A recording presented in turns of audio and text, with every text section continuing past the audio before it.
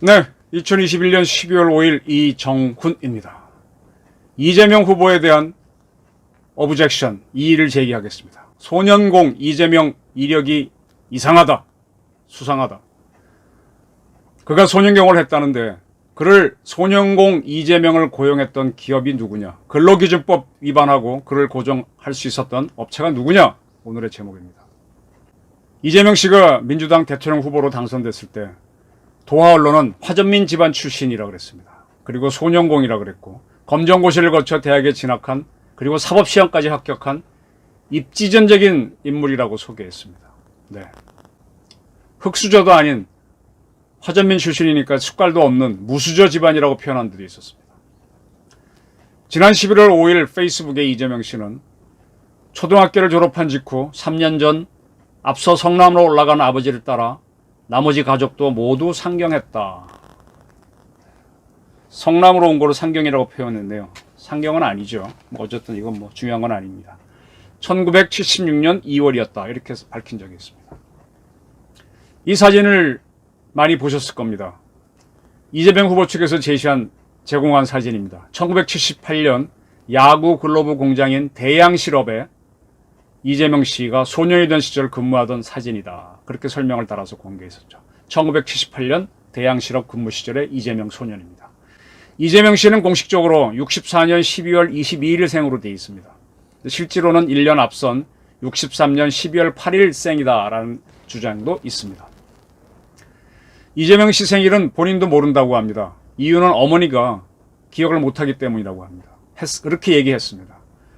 그 어머니 쪽 친척 한 분이 어린 시절에 이재명을 보고 상당히 영특하다, 큰 인물이 될 것이다. 이런 아이의 사주는 아마 이걸 것이다 라고 해서 그때 말한 64년 12월 22일을 생일로 쓰고 있다라고 밝힌 바 있습니다. 자, 공식적인 64년 생일을 적용하면 78년은 이재명 씨가 만 14세일 때입니다. 만 14세. 실제적인 생일을 적용하면 15세입니다. 근데 이재명 씨는 12월생으로 돼 있으니까 공식적인 생일도 12월, 실제적인 생일도 12월 8일이니까. 근데 이 사진을 가만히 보시면 한겨울 옷은 아닌 느낌이 들죠. 그러면 실제 생일을 적용해도 만 15세는 못 됐다라는 판단을 할 수 있습니다. 그리고 이 사진을 찍기 전부터 대양실업에 근무했을 때이니 그때의 이재명 씨는 만 14세로 보는 것이 합리적인 판단일 겁니다. 만 14세 때 이재명 씨는 대양실업에 근무를 했습니다. 기억해 두십시오. 만 14세입니다. 자, 이 페이스북을 봐주십시오. 2017년 5월 13일 이재명 씨가 만들었던 페이스북입니다. 16세 때인 78년 대양실업 장갑공장 프레스공에서 일했다. 근데 그때 왼쪽 팔을 다쳐서 군에 가지 않았다. 만으로는 15세죠. 군에 가지 않았다. 이런 주장을 했습니다. 몇 차례 말씀드렸지만 이재명 씨하고 저하고는 별 나이 차이가 안 납니다. 비슷한 연배인데 저도 이 시대를 살아온 사람으로서 군에 안 간 친구들이 제 주변에 굉장히 많습니다. 왜냐? 저희는 베이비 부모 마지막 세대입니다. 그래서 사람이 굉장히 많았어요. 지금은 상상도 안 되지만 저희가 대학교 예비고사를 볼 때 70만 명이 봤나? 남녀 합쳐서. 그러니까 절반이 남자만 쳐도 35만 명이죠. 그래서 그때 2년만 딱 모으면 젊은이 모으면 금방 70만 대군이 됩니다. 그때 우리 군이 60만 대군인데 그때 군 복무기간이 2년이 넘어갔지 않습니까? 또 고등학교에서 대학교 안 가는 사람들도 많으니까 예비고사 안 보는 사람들이 있으니까 군인 정원이 넘쳐났죠. 그래서 군에 안 간 사람이 많습니다. 저도 분명히 기억하고요. 군대 안 간 사람들은 정규학력 미달자, 정규학력이라는 게 좀 표현이 애매한데 초등학교만 나온 사람들은 군대 안 가는 경우가 많았습니다. 중학교라도 나와야 방위를 가죠. 그리고 소년원 출신들도 군대 안 간 걸로 알고 있습니다. 문신이 있는 사람들도 여러 가지 이유로 못 가는 경우가 있습니다. 네, 군에 안 간 경우는 매우 많은데 이때 대양실업에 근무하면서 팔을 다쳐서 안 갔다라고 하는데 요거는 이따가 다시 한번 다루겠습니다. 이 웹 자서전 이재명 캠프에서 운영한 거죠. 9번째 내 몸 100개의 흉터. 전량 들어보시죠. 이재명의 웹 자서전 9번째 내 몸 100개의 흉터. 빙과류 판매용 냉장고를 만드는 아주냉동으로 공장을 옮겨 철판을 접고 자르는 일을 맡았다. 거대한 샤링기에 철판을 올리고 페달을 밟으면 순식간에 단두대 같은 날이 떨어지며 두꺼운 철판도 가위 속 종이처럼 가볍게 잘렸다. 동마 고무에서 매일 아들의 손바닥에서 핏자국을 봐야 했던 엄마의 조바심 때문에 공장을 옮긴 것이었는데 오히려 더 위험한 곳으로 간 셈이었다. 아주냉동에서는 출근하면 군복 입은 관리자가 군기 잡는다고 줄을 세워놓고 소위 줄바따를 때렸다. 줄줄이 엎드려 뻗쳐를 한 채로 엉덩이를 맞았다. 분량이 많이 난 날에도 빠따를 맞았다. 퇴근할 때는 군기를 유지한다며 공장 문을 나서기 전 또 때렸다. 인권 같은 건 책에나 있는 얘기였다. 어느 날 옆에서 절단 작업을 하던 고참의 목소리에 고개를 돌렸다. 고참의 시선이 가 닿은 곳에 무언가 떨어져 있었다. 꿈틀거렸던 것으로 기억에 남아있다. 사고를 당한 고참이 하더니 희죽 웃으며 그것을 얼른 집어들었다. 그는 이미 2번의 손가락 사고를 당했던 사람이었다. 고참은 봉지에 손가락을 담고 작업장을 뛰쳐나가면서 그때서야 비명을 질렀다. 나는 완전히 얼어붙은 채로 그 광경을 처음부터 끝까지 다 보았다. 희죽 웃던 고참의 얼굴이 눈앞에서 기괴하게 일그러졌다. 샤링기는 날이 예리해서 사고가 나도 처음엔 잘 몰라. 그냥 차갑고 서늘하지. 손을 들어보고야 아는 거야. 누군가 내 귀에 소곤거렸다. 그날 밤 나는 긴 악몽을 꾸었다. 공장문은 출근과 동시에 굳게 닫혔다. 퇴근 때까지 점심시간이라도 공장 밖으로 나갈 수 없었다. 공장문을 확 밀고 나가 앞산에 흐드러지게 핀 진달래를 실컷 따먹고 싶었지만 그건 불가능한 소망이었다. 그곳에서 의지할 것이라곤 나와 같은 처지의 소년공들 뿐이었다. 초등학교도 제대로 마치지 못한 채 시골에서 올라와 산업역군이란 거창한 이름의 공돌이가 된 아이들. 언젠가부터 나는 엄마에게 도시락 하나를 더 싸달라고 했다. 자취를 하며 점심을 굶는 아이들과 나눠 먹기 위해서였다. 엄마는 흔쾌히 내 부탁을 들어주었다. 어느 날부터 다른 소년공들도 각자 도시락을 꺼내 나눠 먹기 시작했다. 별것 없는 뻔한 반찬에 딱딱하게 식은 밥. 충분하지는 않았지만 나눠 먹는 그 시간만큼은 즐거웠다. 함께 나누는 것. 그 자체만으로도 행복할 수 있었다.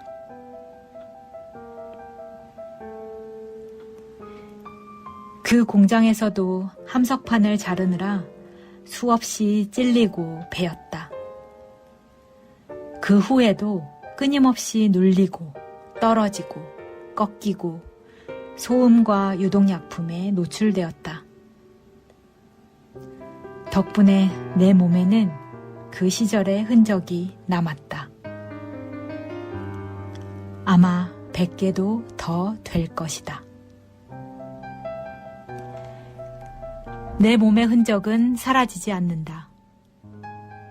그건 지문처럼 남아 나의 처음이자 끝, 전부를 이룬다. 소년공이었던 아이들, 그 가난했던 아이들의 맑은 슬픔이 여전히 내 안에서 찰랑거린다. 자, 여기서 보게 되면은 빙가류 냉장용 냉장고 만드는 아주 냉동으로 옮겨 철판을 접고 자르는 일을 했다라고 되어 있습니다. 그리고 그 이전에는 동마고무에서 근무했다 그랬고요. 동마고무 시절에는 손바닥에 핏자국이 생겼다. 그래서 엄마 때문에 아주 냉동으로 옮겼다. 이렇게 되어 있습니다. 직장을 자주 옮겼군요. 동마고무에서 아주 냉동. 그럼 대양 실업은 언제 간 거지 하는 의문이 좀 생기네요.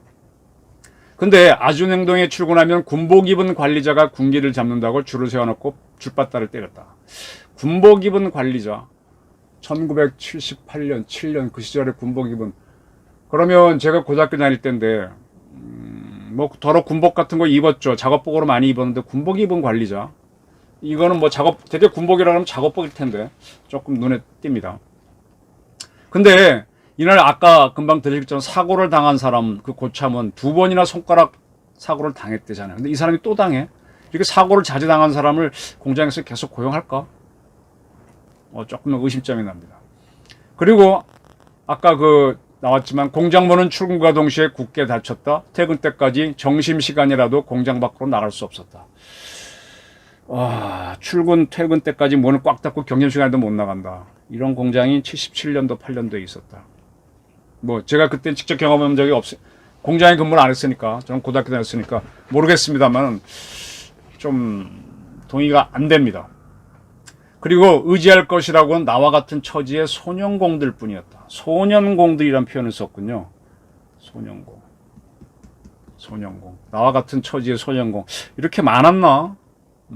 같은 시대를 산 사람으로서 조금 저는 깨우뚱합니다. 자, 정리하겠습니다. 동마고무하고 아주 냉동 근무할 때도 이재명 씨는 15세 이하였을 거라고 봅니다. 확실하게 말하는 건 18세 이하는 분명합니다. 왜?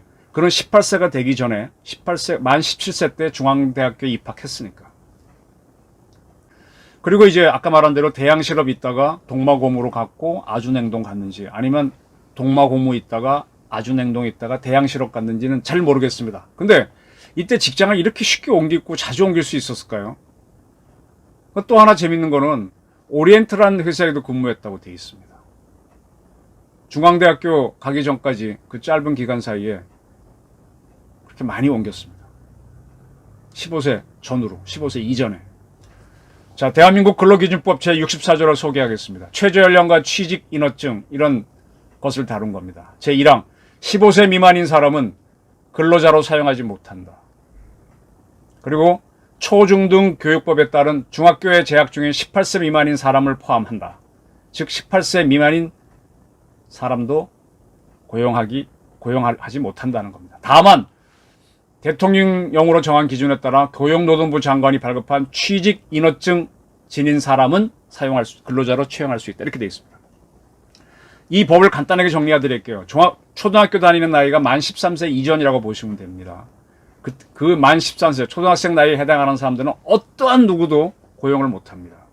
중학교에 다녀야 하는 만 13세부터 15세 사이도 고용 못합니다. 단 노동부에서 취직인허증이 발급된 경우에만 할 수 있습니다. 그러나 현실 세계에서는 고등학교까지 다니는 18세 이전의 젊은이는 고용하지 못하게 되어 있습니다. 18세 미만자를 고용할 경우에는 사업주는 이 근로자의 나이가 몇 살이다라는 호적 증명, 요즘은 가족관계 확인본가요? 뭐 그거라든지, 또는 친권자나 후견자의 동의서를 갖고 있어야 됩니다. 그러지 않으면 벌금을 맞습니다. 이 조항에 따른 근로기준법 시행령이 있는데 여기에는 제40조에 이런 조항이 있습니다. 거기에 보게 되면 임산부를 고용하지 못한다 뭐 이런 것들이 있는데, 제일 마지막에 보게 되면 이 별표가 있습니다. 18세 미만인 자는 취업할 수 없는 직종이 있습니다. 그게 별표사로 나와 있는데 지금 보시는 이대로입니다. 뭐 건설기계법 쭉쭉쭉 나오는데 이건 뭐 복잡한데요. 그걸 이제 풀어놓은 게 요겁니다. 근로기준법에 의해, 기준법과 그 시행령에 의해 18세 미만자는 취직 금지하는 업종이 아예 설명이 딱 돼 있는데, 용광로, 금성경회로 또는 전기로 작업을 주임무로 하는 업무부터 해서 세세하게 쭉 돼 있습니다. 너무 길어서 건너뛰겠습니다. 그러니까 무슨 얘기인가 하면은 위험한 분야에는 18세 이하를 채용하지 못하게 돼 있습니다.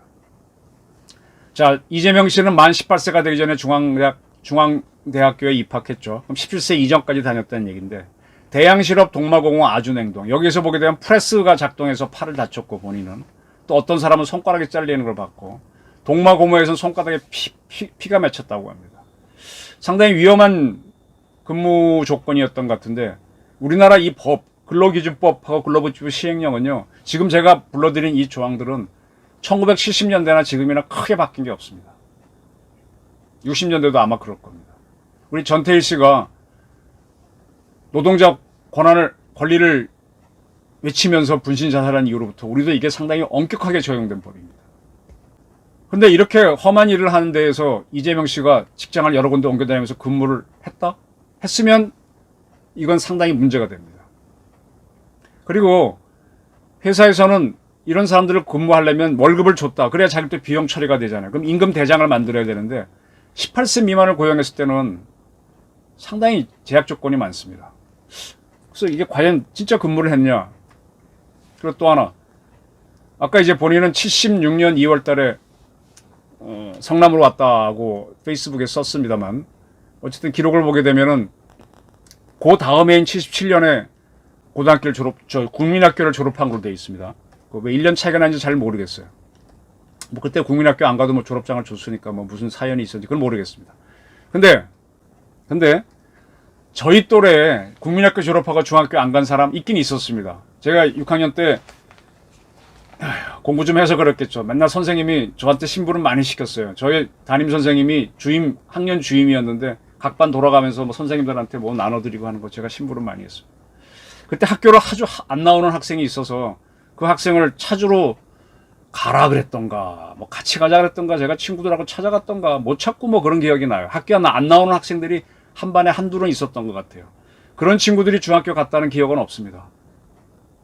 네. 근데 그런 친구들이 되게 공부도 학교를 안 나오니까 성적도 없는 거고 잘 못했던 걸로 기억합니다. 중학교에 못 가는 경우는 상상을 거의 못했습니다. 근데 이재명 씨는 중학교를 못 갔네요. 왜 못 갔을까요? 그리고 본인은 76년도 2월 달에 성남으로 왔다 그러는데 다른 기록 보게 되면 77년 2월에 졸업한 걸로 돼 있고. 자, 그 시절에 이렇습니다. 그때 식모라 그랬죠. 요즘은 메이드라 그러더라고요. 이 집에 와서 저 시골에 있는 젊은 여성들이 와서 그 집에 식모살이를 하는 경우 있어요. 그건 봉급도 아니고 봉급 줍니다. 근데 뭐 정식 봉급이 아니죠. 그냥 집에서 용돈처럼 주는 거죠. 고용한 집에서. 그리고 먹고 자면서 그러면서 자기 돈 벌어서 시집자금 만드는 거죠. 그런 친구들은 어떤 뭐 공단에 여공도 취직에 못하니까 그렇게 오는 거죠. 그 다음에 구멍가게 같은 데에서 이 사원처럼 장사해주면서 돈 받는, 뭐 알바보다도 못한 거죠. 이런 친구들은 아주 어린이지만 취업하면 안 되지만 그런 경우는 있었어요. 먹고 자고 하는 경우. 또 술집에 삐끼라든지 또는 매춘 쪽에 가는 사람들도 있었습니다. 그런 사람들도 임금은 없죠. 그냥 돈은 받는데 세금 안 내고. 이런 것들이 그런 사람들이 나오는 경우는 그 시골집이 너무 어려워서 입이라도 하나 덜자 그래서 내보내서 그렇게 사는 경우가 있죠.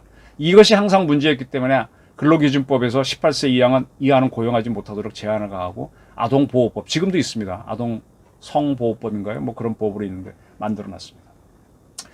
근데 대양실업이나 동마고와 아준행동은 어젓한 기업입니다. 여기에서 소년공원을 이렇게 고용했다? 분명히 무슨 자료를 갖고 있어야 할 겁니다. 함부로 못합니다. 저는 이게 상당히 이상합니다. 자, 이재명 씨는 만 13세가 되기 직전인 77년 2월 3개 국민학교, 안동에 있는 거죠. 지금은 3개 분교입니다. 졸업한 걸로 돼 있고. 14세 직전인 78년에 고입 검정고시, 중학교 졸업 검정고시를 붙었죠. 그리고 만 17세 직전인 1981년에 고졸 검시, 즉 대학 입학 검시를 붙었습니다. 그리고 1년을 공부해서 80년대에 중앙대에 입학했습니다. 그 중앙대 입학하기 전까지 쭉 보게 되면 다시 말씀드리지만 어디에 이렇게 딱 그 이름 있는 다 법인이잖아요. 동마고무나 이런 대양실업이나 오리엔트나 취직하기가 좀 어려운 조건인데 취직을 했다고 돼 있습니다. 그래서 저는 궁금한 게 이 당시 이 회사들의 사업주들은 어떻게 이재명 소년공의 취업 문제를 근로기준법 문제 위반 문제를 어떻게 해결했을까? 굉장히 궁금합니다. 만약에 이재명 씨가 본인의 호적이 아닌 다른 사람 호적을 이용해서 할 수는 있겠죠. 그럼 그렇다고 얘기를 해야죠. 불법 취업인데 뭐 그럴 수는 있겠죠. 네. 그리고 이재명 씨는 이런 주장을 했었습니다. 그 9분 8 사진. 군대를 안 간 게 아니고 못 갔다. 생활고 때문에 학업을 포기하고 공장에서 일하다 프레스에 눌려 장애 판단을 받았다. 이렇게 주장했습니다. 이 사진 여러분 프레스에 눌린 걸로 보입니까? 대한의사협회 대협력이사인 이상구 대구시 의사회 부회장이 이런 주장을 한 적이 있습니다. 이 사진을 보면서 누구나 의사라면 고개를 까우뚱할 수밖에 없다. 외과 의사가 종종 만나는 프레스 손상은 대부분 절단을 해야 하거나 복합 분쇄 골절로 피부에도 엄청난 흉터를 동반한다. 아주 큰 사고다. 근데 이재명 씨 사진에 보이는 팔을 보게 되면 의사들이 가끔 보는 주관절 분류합의 일종인 내반주 사진과 거의 유사하다. 성장기 팔의 골절 치도가 제대로 되지 않으면서 발생하는 질환이다. 70, 80년대만 해도 흔한 질환이었고 요즘은 보기 어렵지만 그래서 병역법 신체검사 기준에도 주관절 변형에 대한 내용이 있었다. 네. 이 팔은 분면제에 해당하는 주관절 변형이 40도 이상이라고 보기도 어렵다. 이런 얘기를 했습니다. 프레스에 눌렸으면 이런 모양이 아니죠. 그러니까 손가락 잘린 것도 본인이 봤다 그랬으니까 어떤지는 알 겁니다. 이광재 의원, 한때 노무현의 안희정과 경쟁했던 이광재 의원이 손가락 잘랐죠. 연세대학교 다닐 시절에 학생운동 하다가 노동자를 했죠. 그때 현역 판정 받으니까 손가락 잘랐습니다. 군대 안 갔습니다. 근데 그 후에도 그 전에도 그는 계속해서 자기가 군대 안 가려고 자른 건데 공장에서 일하다가 잘렸다고 주장했습니다. 이것을 놓고 언론인인 정진홍 씨가 시사저널에다가 신랄하게 쓴 적이 있습니다. 어떤 내용인지 아십니까? 이광재가 홈페이지에다가 80년대 시대 상황을 고려하지 않고는 이야기하는 건 무의미하다라고 하면서 당신은 집시법 위반으로 집행유예만 받아도 실형으로 간주돼 군대에 안 갈 수 있었다. 때문에 내가 손가락을 자를 이유는 없다. 라고 주장했었어요. 그리고 손가락을 자른 것은 군에 끌려가 고문당하고 나서 동지들을 배반할까봐 두려워 배반하지 않겠다는 결의를 다지기 위해서 잘랐던 거다. 본인이 잘랐던 걸 인정을 했습니다. 그리고 이제 이해해달라라 그랬습니다. 이광재 의원의 부인은 정치적 입장이 다르더라도 단지 부분, 손가락 자른 부분에 대해서는 오늘의 잣대로 아무렇게나 얘기하지 말아달라고 특별히 당부까지 했습니다. 그런데 이에 대해서 이 정진홍 언론인은 이 일을 키운 거는 이광재 당신 본인이다라고 합니다. 왜? 이광재가 주물공장에서 기계를 돌리다가 잘렸다고 주장했었으니까. 거짓말했었으니까. 왜 애꿎은 주물공장이 기계를 들먹거려 실제로 있지 않은 일을 있었던 것처럼 꾸며댔는가, 이광재는. 뒤늦게 동지를 배반하지 않으려고 단지했다라고 하지만 그 결국 말을 이리저리 돌리다가 결국은 그 시대 자체를 배반한 거 아니냐, 이광재. 이렇게 질타한 적이 있습니다. 자, 이제 다시 이재명 얘기로 돌아갑시다. 이재명 씨는 소년공으로 근무를 했다. 기업체에 현재까지 나온 거는 4군데입니다. 과연 그 시절이 엉터리 시절 같죠? 천만의 말씀. 제가 다니던 중고등학교 시절도 지금과 큰 차이 없었습니다. 소년경 취업이 그렇게 쉬웠겠느냐. 그리고 멀쩡한 기업들을 다녔습니다. 그리고 많이 옮겨 다녔습니다. 이게 저는 납득이 잘 안 됩니다. 그리고 이렇게 험한 일을 했다 그러는데 이거는 그 당시도 그렇고 지금도 그렇고 근로기준법으로 소년공은 18세 미만인 사람은 근무하기 어려운 쪽입니다. 뭔가 좀 이상하지 않습니까? 저는 이 부분이 설명이 돼야 이재명 씨에 둘러싼 의혹 중에 하나가 풀릴 거라고 봅니다. 이게 설명되지 않으면 뭔가 좀 이상하다. 이 사람 이력에 뭔가 숨기는 부분이 있다. 이런 합리적인 의심을 할 수밖에 없다고 봅니다.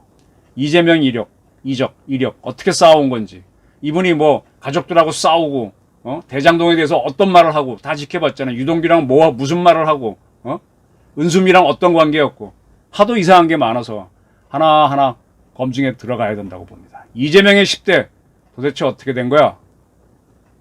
본인이 한번 설명하는 기회가 있었으면 좋겠습니다. 감사합니다.